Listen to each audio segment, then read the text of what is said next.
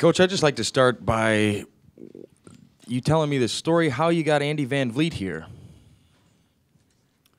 Started with a story. I've never had a story about getting Andy here. I did have to give something cleared, though, because his parents came in and they actually brought me some beer. So I had to find out from the NCAA and from the unit if I'm allowed to accept that. And I guess the ruling was yes. So that's not answering your question on how we got him here. But, you know, it's amazing. If you ask him, he can probably give you the best answer. But once we knew he was interested and he came over here and visited a few schools, we were his first visit. He visited the other ones, and he decided that that this was the place for him. And there are a lot of hoops you have to jump through when you're recruiting an international student. But Coach Close was on top of it, and everything worked out. And he's here, and hopefully he's enjoying the change. I don't think it's a big change from Belgium, but I'm not exactly sure about the weather over there, but it's early yet. But he seems to be doing just fine. He has to get rid of some of those international rules tendencies that he has at times that are different from ours, so we've been working him through those. But he's a great addition to that class, to the freshman class. But what's the next step in the development of Nigel Hayes? Well, I just think getting to the free throw line more, he'll be more assertive this year simply because that's the way it works in a program such as ours. He needs to make sure that what he does is scrutinized even more now because he is a junior, because he is an upperclassman, because all eyes are on him from his teammates, so his leadership skills will be on display in every drill that he does in practice when it comes to his teammates. And he's already relished that role. He's already been extremely active with talking to the younger guys in the drills and in the possessions. And I'm sure he is in the locker room, too. As I've always said, it's what takes place in that locker room that means a heck of a lot more than people realize as to what kind of team you're going to have. If there's good talk going on in there, good interaction, challenging each other a little bit, agreeing to disagree, working through things, and it's worked out in the locker room, that'll make for a better team on the court when it comes game time. And Nigel will be at the forefront of that. Coach, what's your expectations for Ethan Happ this season? That he shows up. I expect that first, that he'll be there and work hard. No, Ethan worked extremely hard last year, played against Frank Kaminsky, Sam Decker, Nigel Hayes every day in practice, Vito. So I would say that's a pretty good place to learn a lot about the game and how to use your body. Little things that, you know, when you were younger and you played against the older guys and they would really make you mad because they knew all these little tricks and they knew all these little things that they could do to beat you. So he's no longer that little kid. I mean, never was little, but you know what I mean? A little kid as far as hoping to get picked in a pickup game, hoping to hang around long enough to be an attribute to the team. And it's his time to do that because his training ground was as good as anybody's in the country going against those guys every day. Coach, Ethan talked about how he felt like he was getting better throughout practice last year and throughout the season. Then you see Sports Illustrated, other publications, kind of look at him and mention his name a lot. Do you guys have the same expectations when it comes to productivity as maybe the people who haven't seen him play in 2 years? We're from his hometown. We haven't seen him play in 2 years. Do you guys have that same expectation as maybe some of the so-called experts that kind of have high expectations for him? Well, I think our past success has led to Ethan being the recipient of some very positive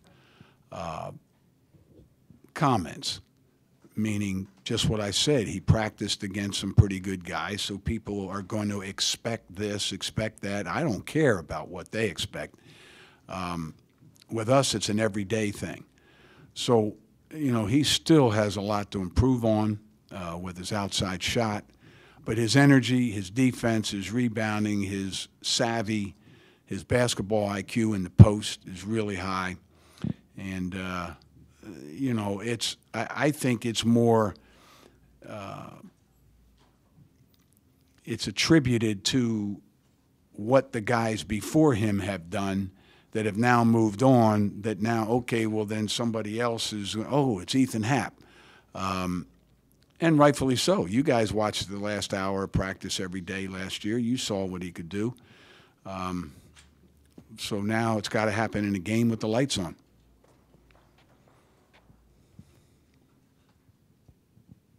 Bo, does Riley Deering seem a little bit more confident to you on the court? And also, where has he improved the most since from last year coming into this year with maybe the potential for some minutes coming his way?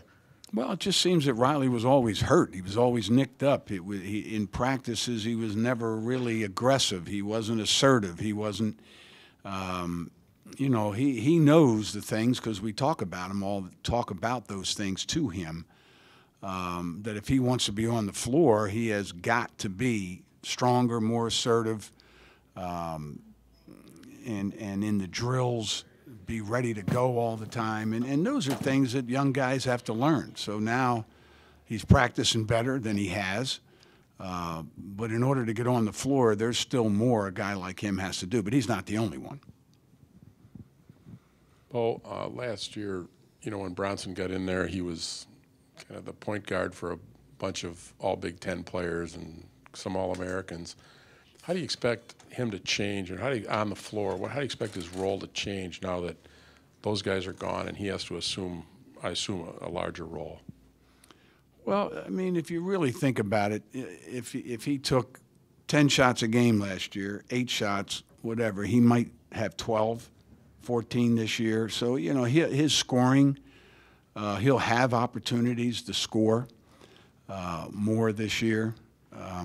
And I've never seen a guy that didn't welcome that.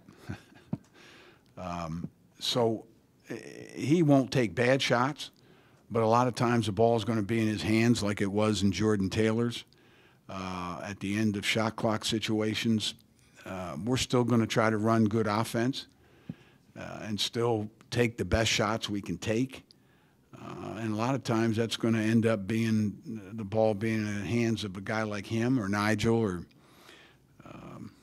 maybe somebody else. But, you know, he's ready for it. You have to remember who went after him in the recruiting process. And, you know, he hasn't disappointed here at all.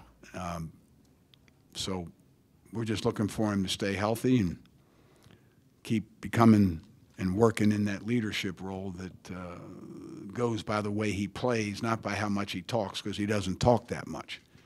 But he can lead by his actions. Bo, now that practices have started, is it easy for you not to think ahead to the end of the season and about whatever lays ahead for your future? Are you locked into you know, game there's mode? no guarantees in life. I'm talking to Tom here, and I'm thinking a year ago, would anybody have thought that a newspaper would cut their staff in half? I mean, what? So I'm in a job where I get into the gym. That's what I do. I work with young people. And then somebody said that ESPN is cutting 300 jobs, and you know, the world is not a stable place. You know, there are no guarantees out there. So for me to even take 2 seconds to think about later just takes away from the job I can do with these young men. I mean, I'm in that gym with them to teach them the game of basketball, how to play together, how to work off of one another, and do the same thing I've been doing for 40-some years. So that's all I think about. That's they're using the heavy balls, but nobody told them that there were interviews going on. So, Patrick, you might want to go. I think they're using the 10-pounders. Coach, how much more teaching is going on with a more youthful team? Well, if you could have seen the full court passing and the drills that we've been doing forever, wow. The first day we did them, I think we have them on film. Maybe not. Maybe we destroyed it. I was afraid somebody was going to get hurt. Our passing drills and some, I mean, there's 5 or 6 guys out there that hadn't been in the drills, had never seen them. And in some of the drills, our players can get with a veteran and we can work through it while they're with the veteran. But in these drills that we do before games, a day before a game, we simulated those. And there was a lot of teaching going on, more teaching than ever. I can't remember having that many flaws that we had to correct than what we did when we did our drills, our passing drills. And that's just the start.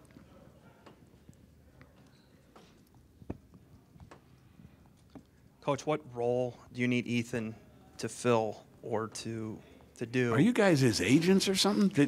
Did Ethan get an agent and not tell us? Hometown paper. You know it's an Coach. NCAA violation. Yes. Oh, you're the hometown Yes, paper. yes. Okay. What role do you need him to fill for you guys on the court that can help you guys sustain the success that you guys have enjoyed? Well, he knows. I mean, we'll take whatever a player's willing to give us, and I never limit to what, like, I would never say, okay, he has to give us just this. No. We're about always trying to develop the full player, the full package.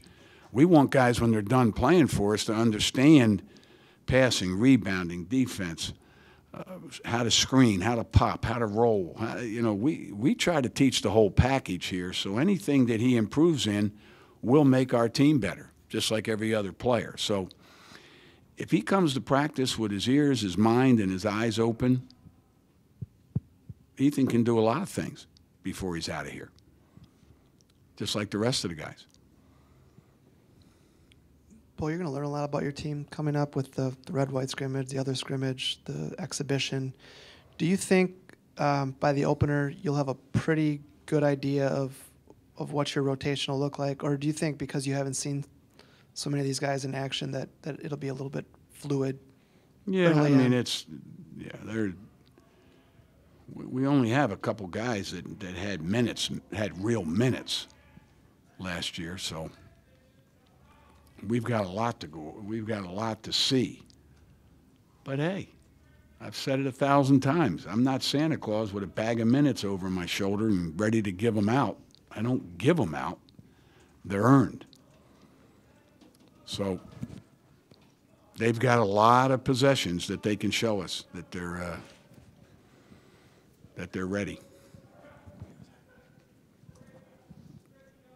And with the possessions, we also are trying to get the new, people say new rules. They're not new rules. It's emphasis that they're talking about in the game. Like, we're a team that doesn't use our hands defensively, and they're cracking down on the hands. Well, we never teach it. We don't teach to use our hands. And some other things about how the game's going to be played. It's not that different than what we've been doing every day in practice. And what's really confusing is, between the NCAA tournament and the NIT, they showed us a video, and if you take the total number of possessions in the NCAA tournament and the NIT, there's like 13,000 possessions. And if you could have seen the possessions that they use for examples of this new emphasis of the rules, I'm telling you, if they would have selected 5 coaches to really give them, of those 13,000 possessions, I guarantee you we could have come up with better examples. And that is not criticizing officials, just so you know. I won't be paying any fine by saying that, because I'm not criticizing the officials, but I just think what we saw, our staff saw with this officiating video, they had how many possessions? I'm telling you, they had like 13,000. And if you could have seen the 20 or whatever that they took out, I don't agree that they're the best examples. So, you know, I'm even more confused now about some things, but that's why we have officials coming in and are doing our scrimmages so we can have a little give and take. And I'm glad we're doing an exhibition game. I'm glad I'm doing a secret scrimmage. And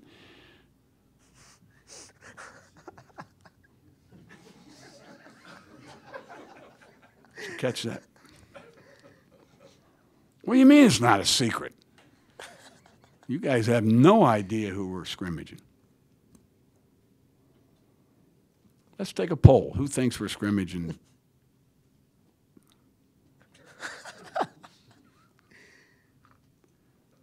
Yeah. All right. Bo, I hate to interrupt, but No, I thought I was waiting for you guys to tell me who we're scrimmaging. I don't even know. Coach Guard set it up, and I don't even know. He didn't want to tell me. scrimmage or no scrimmage, have you had, talking about Charlie and Khalil for a minute, have you had freshmen, true freshmen, who are as physically mature early on as those two in particular are? I don't know, but if there was a Big Ten tag team wrestling match with freshmen, I'd take those two. Wouldn't you take those two? I know the other schools have some big guys too, but that'd be a heck of a duo. They could do like the Mass, call themselves the whatever. I haven't seen All-Star Wrestling in a while. But have I? No, I mean, they're physically ahead of most freshmen.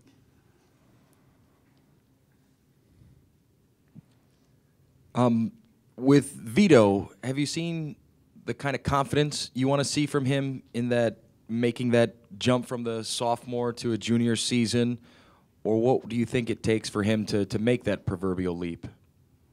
Well, with Vito, what I'd like Vito to do is talk just a little higher when he talks so I can understand him a little better. Wow. Did you ever really try to catch some of the things he's with that voice that just... Hey, Vito's working. He's shooting a pretty good percentage. You know, we stat all our drills and practices and possessions. And he's doing some good things. There's some other things, you know, when you're 6'9", whatever, with long wingspan and everything else, everybody thinks you're supposed to be superhuman. More is expected out of bigger than average and longer than average people. Let's face it, on the basketball court. So, you know, it's time will tell.